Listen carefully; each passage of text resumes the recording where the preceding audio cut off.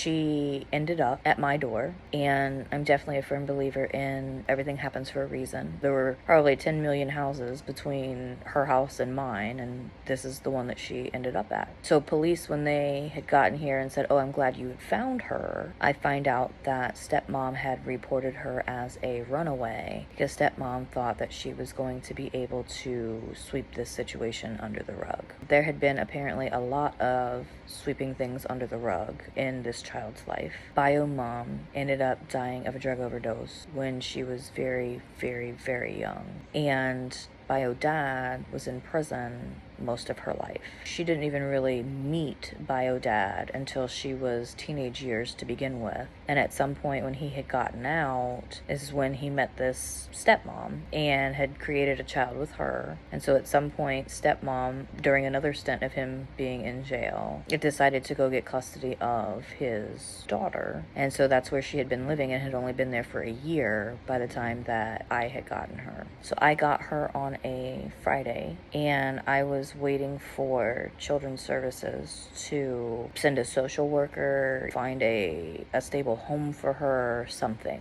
During this process, they continued reaching out to stepmom, trying to get stepmom to take her back. Stepmom was refusing to take the child. CPS was refusing to take custody of the child because since dad had gotten locked up and picked up that night, theoretically her house would have been safe for her to go home to. Stepmom continued telling children's services that she was more concerned about dad's mental health while he is locked up than she was her daughter. There was a lot of back and forth between the stepmom and CPS. Thankfully, she was still in the same school system as my daughter. So not having custody or not being a guardian or a parent, I couldn't even see any of her school records, nothing. One of the things that happened is I found out that she had been habitually truant before I got her. Some of that was them keeping her at home so that she couldn't tell the stories of things that were happening to her. I also went through probably a good 2 weeks worth of withdrawals with her. Stepmom had been feeding her not only Oxycontins, but as well as supplying her with weed and anything else that she could get a hold of, trying to keep her quiet so that she would not tell.